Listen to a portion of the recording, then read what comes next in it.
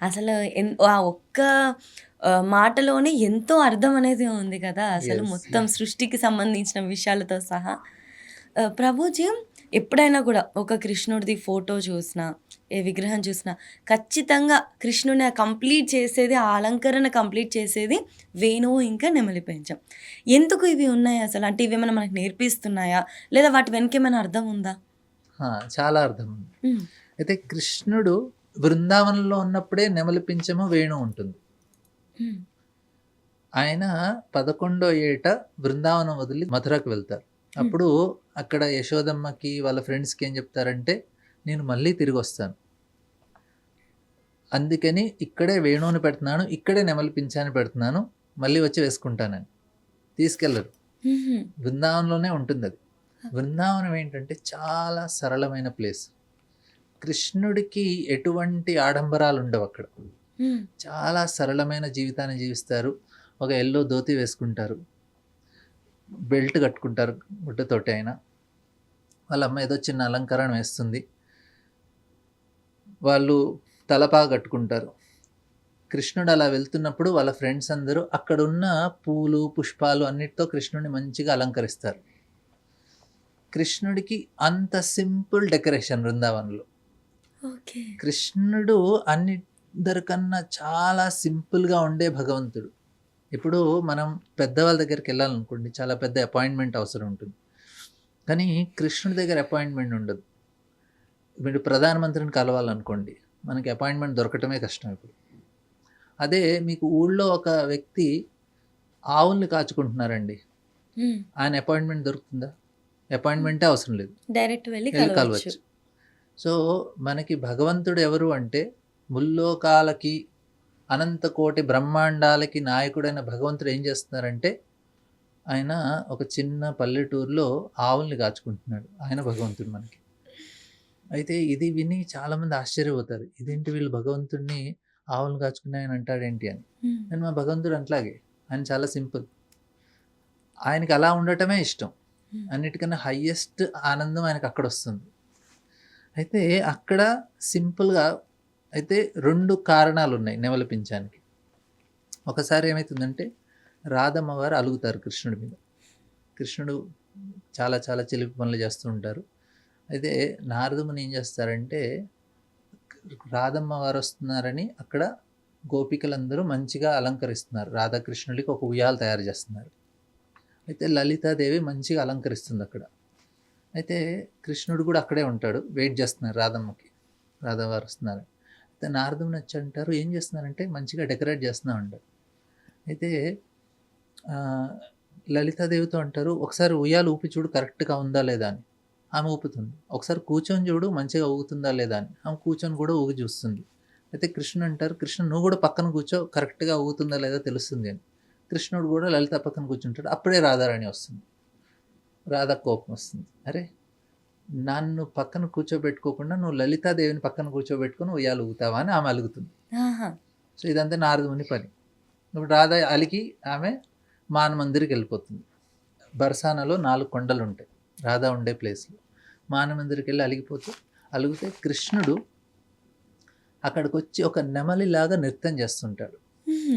రాధ చూస్తుంది. ఇదేంటి స్పెషల్ నెమలిలాగుంది. ఎప్పుడు ఇంత నృత్యం చూడలేదు. చాలా అందంగా నాట్యం చేస్తాడు కృష్ణుడు ఒక నెమలి రూపంలో. అయితే రాధకు కూడా అర్థమైతుంది కృష్ణుడని. ఆమె కూడా ఒక నెమలి రూపంలో వచ్చి ఆమె కూడా నృత్యం చేస్తుంది.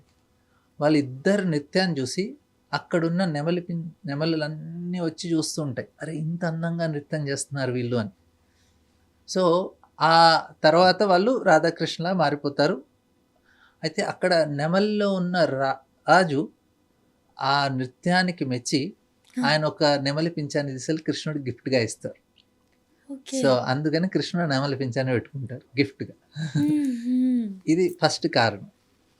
రెండో కారణం ఏంటి అంటే, ఒకసారి వె ఇది నెమలులు ఏంటంటే స్ ఆడ, మగ ఎప్పుడూ కలుసుకోవు. హ్మ్. నెమలి ఎప్పుడైతే మేఘాలొస్తాయో, ఆ వర్షం వస్తున్న సమయంలో ఎంతో ఆనందంగా, పరవశంతో నృత్యం చేస్తాయి. ఆ నృత్యం చేసినప్పుడు వాటి కంటి నుంచి నీళ్లు కారుతాయి హ్మ్. ఆనందంగా. ఆ నీటిని ఆడ నెమలి తాగు దానికి గర్భం వస్తుంది. దాని ద్వారా ఇంకా నెమళ్ళు పుడతాయి. హుహు. సో, ఎప్పుడు కలుసుకోవు. అంటే ఎప్పుడు ప్యూర్‌గా ఉంటాయి. అది ప్యూర్‌గా ఉంటాయి కాబట్టి కృష్ణుడు నెమలి పింఛని పెట్టుకుంటారు. ఇది ఇంకో కారణం చెప్తారు. ఓకే. సో, ఈ 2 రీజన్స్ నెమళ్ళు పింఛం పెట్టుకోవడానికి. ఇంకోటొచ్చి వేణు. కృష్ణుడు వేణు వాయిస్తుంటారు కదా! సో, దీనికి ఇంకొక స్పెషాలిటీ ఉంది. కృష్ణుడి యొక్క వేణు స్పెషాలిటీ ఏంటి అంటే, ఆయన చాలా నేను అదే అన్నా కదా! బృందావనంలో అన్నీ సింపుల్‌గా ఉంటాయి. ఏమి సొఫిస్టికేషన్ లేదు. హ్మ్. మీకు పెద్ద పెద్ద ఇన్‌స్ట్రుమెంట్స్ అని ఏమి ఉండవు అక్కడ. ఒక వేణుతోటే కృష్ణుడు అందరిని ఆకర్షిస్తారు. అవును. ఆ! అంటే అది దేనితో తయారు చేస్తాం? ఒక వెదురు కర్రతో తయారు చేస్తారు అంతే. దానికి కూడా ఏమి పెద్ద మిషన్‌లు ఏమి అవసరం ఉండదు మీకు. సో, కృష్ణుడు చెప్పులు కూడా వేసుకోరు బృందావనంలో. అంటే చెప్పులే ఒకసారి కృష్ణుడు ఆయన గోపాష్టమి రోజు, ఆ రోజు నుంచి కృష్ణుడిని ఆవుల్ని మేపటానికి పంపియాలి. అయితే యశోదమ్మ ముందు రోజు అంటుంది, ఇదిగో గొడుగు, చెప్పులు. నీకు ఆవుల్ని కాచుకోవడానికి వెళ్ళినప్పుడు నీకు ఇవి అవసరం అని. కృష్ణుడు అంటారు, ఎన్ని ఆవులు ఉన్నాయంటే 9 లక్షలు ఉన్నాయి. అన్ని ఆవులకి చెప్పులు ఇవ్వండి, అన్ని ఆవులకి గొడుగులు ఇవ్వండి. హ్మ్. యశోదమ్మతుంటే, అరే అన్నిటికీ ఎట్లా కుదురుతుందిరా అంటే, లేదు లేదు వాళ్ళు వేసుకుంటేనే నేను వేసుకుంటాను, లేకుంటే లేదు. అయితే యశోదమ్మ అంటుంది, అరే 9 లక్షల ఆవులకి చెప్పులు ఎలా కొడతాంరా, అన్ని గొడుగులు ఎలా తెస్తావంటే, కృష్ణుడు అప్పుడు చాలా ఇంపార్టెంట్ స్టేట్మెంట్, చాలామంది ఇది అంటారు, ధర్మో రక్షతి రక్షిత అని మీరు వినే ఉంటారు ఇది. అప్పుడు కృష్ణుడు అంటారు, అరే నేను ధర్మాన్ని కాపాడితే ధర్మం అన్ని కాపాడుతుంది. సో, ఇక్కడ నేను ఆవులకి సేవ చేస్తున్నాను, వారికి లేనిది నేను ఎలా ఉంచుకుంటాను? సేమ్‌గా ఉండాలి, ఈక్వల్ లెవెల్‌లో ఉండాలి. యశోదమ్మ అంటే సరే. అయితే ఆవులన్నిటికి తెలుస్తుంది, అరే కృష్ణుడు రేపు మమ్మల్ని తీసుకెళ్తున్నారు మేపటానికి. కానీ కృష్ణుడు చెప్పులు వేసుకోవట్లేదని తెలుస్తుంది. రాత్రి ఆవులన్నీ వెళ్ళి బృందావనం చుట్టూ అన్ని రాళ్ళని కాళ్ళతో కొట్టి పిండి చేసేస్తుంది. అక్కడ చూస్తే మీరు బృందావనంలో మట్టి చాలా సాఫ్ట్‌గా ఉంటుంది. దాన్ని రమణ్ రేతి అంటారు. రమణంగా చాలా ముదురుగా ఉంటుంది. ఎందుకంటే కృష్ణుడి పాదాలకి ఇబ్బంది కలగకూడదని ఆవులు ఆ పనులు చేస్తాయి అక్కడ. సో, మీకు టాల్కమ్ పౌడర్ లాగా ఉంటాయి అక్కడ రమణ్ రేతి. సో, చాలా స్పెషల్. ఎందుకంటే అప్పుడు కృష్ణుడు ఆవుల్ని తీసుకొని వెళ్తాడు. అంటే ఆయనకు చెప్పులు కూడా వేసుకోరు. పెద్దగా ఏమీ ఆభరణాలు ఏమి ఉండవు. చాలా సింపుల్‌గా ఉంటాయి. యశోదమ్మ వేస్తుంటుంది. సో, దాంతో పాటు ఈ వేణు చాలా ఎప్పుడు కృష్ణుడితో పాటు ఉంటుంది వేణు. అయితే గోపికలకి చాలా కోపం వస్తుంది. అరే ఎందుకంటే ఆ లవర్ రిలేషన్షిప్ ఏంటంటే క్లోజ్‌గా ఉండాలనుకుంటారు. మేము ఇంత కష్టపడి క్లోజ్‌గా ఉండాలనుకుంటే ఈ వేణు ఎప్పుడు కృష్ణుడితో పాటు ఉంటుంది. కృష్ణుడి నోటి నుంచి వచ్చే మధురం అంతా ఈ వేణు ఎంజాయ్ చేస్తుంది ఫస్ట్. మాకు కూడా దక్కట్లేదు ఇది. 24 గంటలు కృష్ణుడు దాంతో పాటు ఉంటారు. వేణు అంటే చాలా గోపికలకు కోపం అనమాట. మాకు లేని ఫెసిలిటీ దీనికి ఉంది అని. అయితే ఒకసారి వేణు గీతం అని ఉంటుంది. కృష్ణుడు వేణు వాయిస్తే ఏమేం జరుగుతుంది బృందావనంలోని ఒక మొత్తం అధ్యాయం ఉంటుంది. చెట్లు ఎలా ప్రవర్తిస్తాయి, యమునా నది పరిస్థితి ఏంటి, కృష్ణుడు వేణు వాయిస్తే గోపికల పరిస్థితి ఏంటి, మేఘాల పరిస్థితి ఏంటి, కృష్ణుడి యొక్క అక్కడున్న ఆవుల పరిస్థితి ఏంటి, అన్నిటి మీద ప్రభావం ఏ విధంగా ఉంటుందో ఒక మొత్తం అధ్యాయం ఉంది వేణుగీతం అని. అయితే గోపికలు ఇలా కంప్లైంట్ చేస్తే వేణు కూడా ఉంటుంది, అరే ఏమంటున్నారు మీరు, చిన్నప్పుడే నేను ఏం తపస్సు చేశానని నాకు ఈ పొజిషన్ లభించిందా కృష్ణుడితో పాటు అంటున్నారు కదా. చిన్నప్పుడే నేను నా తల్లిదండ్రులను విడిచిపెట్టేశాను. ఎందుకంటే వెదురు చెట్లు పెరుగుతుంటే ఆ నీటి ప్రవాహం వల్ల కొన్ని కొట్టుకుపోతాయి. వాటిని వీళ్ళు పట్టుకొని తర్వాత నన్ను తీసుకున్నారు. చిన్నప్పటి నుంచి తల్లిదండ్రుల నుంచి దూరం అయిపోయాను. తర్వాత నన్ను తీసుకొని కట్ చేశారు నన్ను. అంటే నా యొక్క చేతులు కాళ్ళన్నీ కట్ అయిపోయాయి. తర్వాత నన్ను వేడి దాంట్లో హోల్స్ చేయాలంటే మీరు వేడిగా ఊసని వేడి చేసి దాంట్లో కుచ్చాలి.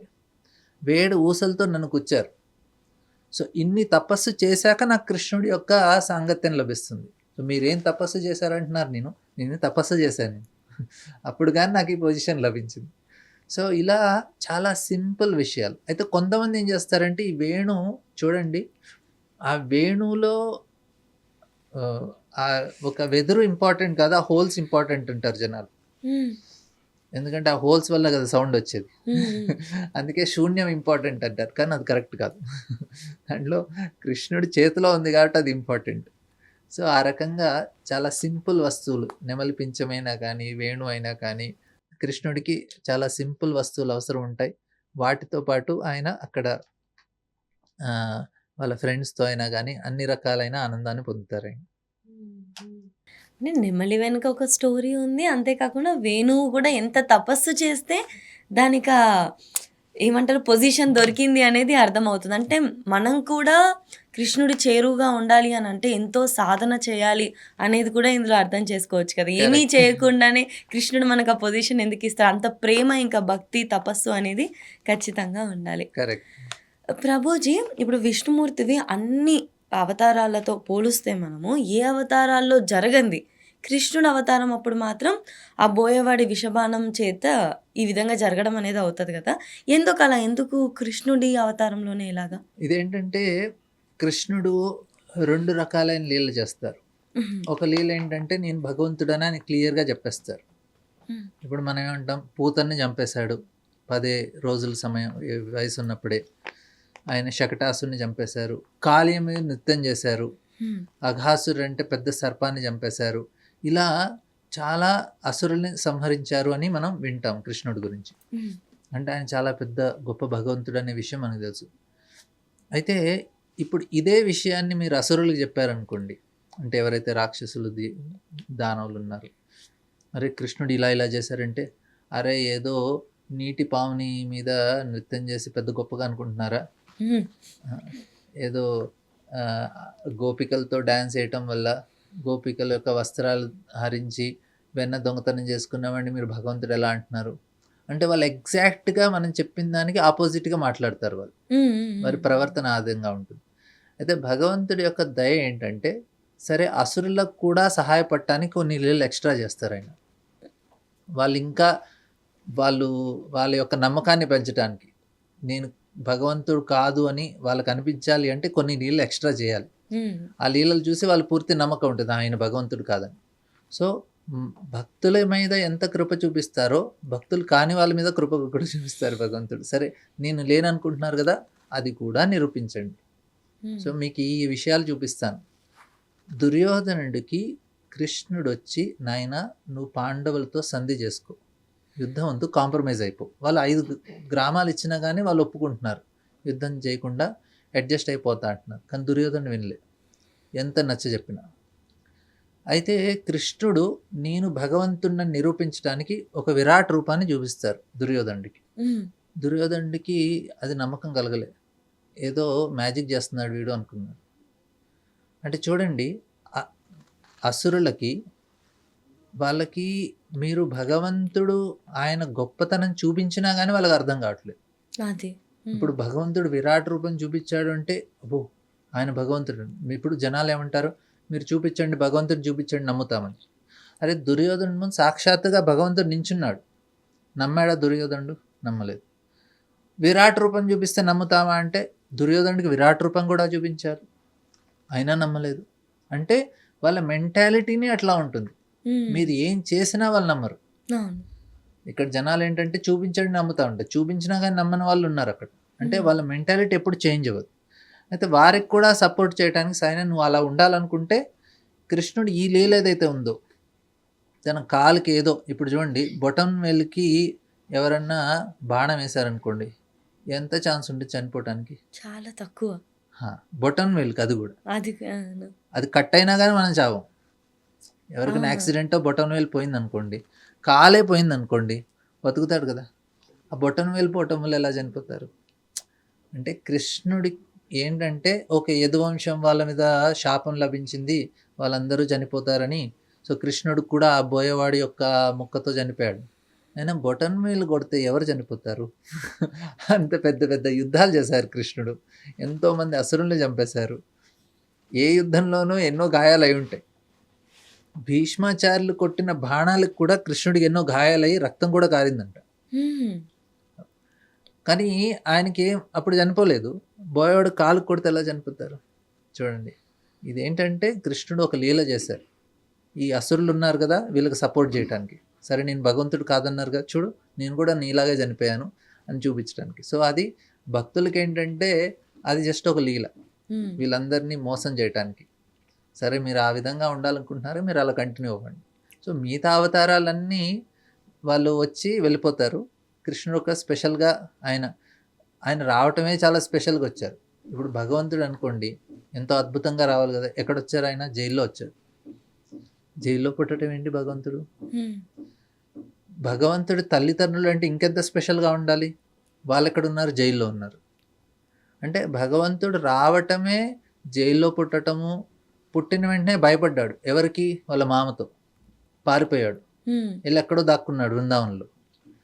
ఈయనేం భగవంతుడు రా బాబు, పుట్టిన వెంటనే పారిపోయి దాక్కున్నాడేంటి? అదే భగవ కదా! ఆ! ఇప్పుడు పుట్టిన వెంటనే నువ్వు వెంటనే మీ తల్లిదండ్రులను కాపాడాలి, కంసుడిని చంపేయాలి. హ్మ్. అలా కాకుండా నువ్వు పారిపోవటం ఏంటి? హ్మ్. సో భగవంతుడి లీలన్నీ చాలా అందరినీ చాలా భ్రమితుల్ని చేస్తారు. సో అవి అలౌకికమైన లీలలు, అవి అర్థం చేసుకోవడం చాలా కష్టం. అరే ఎందుకు ఇలా చేశారు? కృష్ణుడి కంసుడిని చంపడం ఎంత కష్టమా? హ్మ్. అంత పెద్ద కష్టమేం కాదు. కానీ ఆయన ఇష్టం, ఆయన స్టైల్‌లో ఆయన చేసుకుంటారు. ఆయన భయపడి పారిపోయినట్టు, తర్వాత ఇలాగా, తర్వాత దేవకి వసుదేవుల దగ్గరకొచ్చి సారీ నేను 11 సంవత్సరాల దాకా మీతో పాటు ఉండలేదు, నేను పారిపోవాల్సొచ్చింది కంసుడి భయం వల్ల, నన్ను క్షమించండి అని దేవకి వసుదేవుల ముందు ఆయన క్షమాపణ అడుగుతారు. సో ఇలా కృష్ణుడు చేసే లీలలు ఎవరికీ అర్థం కాదు, అట్లా అంత ఈజీ కాదు. సో హ్మ్. అందుకే కొంతమంది ఆయన భగవంతుడు కాదంటారు. మనం సరే అది మీ గురించి కృష్ణుడు చేసిన లీలనైనా నువ్వు అదే దాని మీదే ఉండు, అని మాకు తెలుసు ఆయన ఎంత గొప్పవాడు అని. హుహు. చాలా చక్కగా చెప్పారు ప్రభుజీ.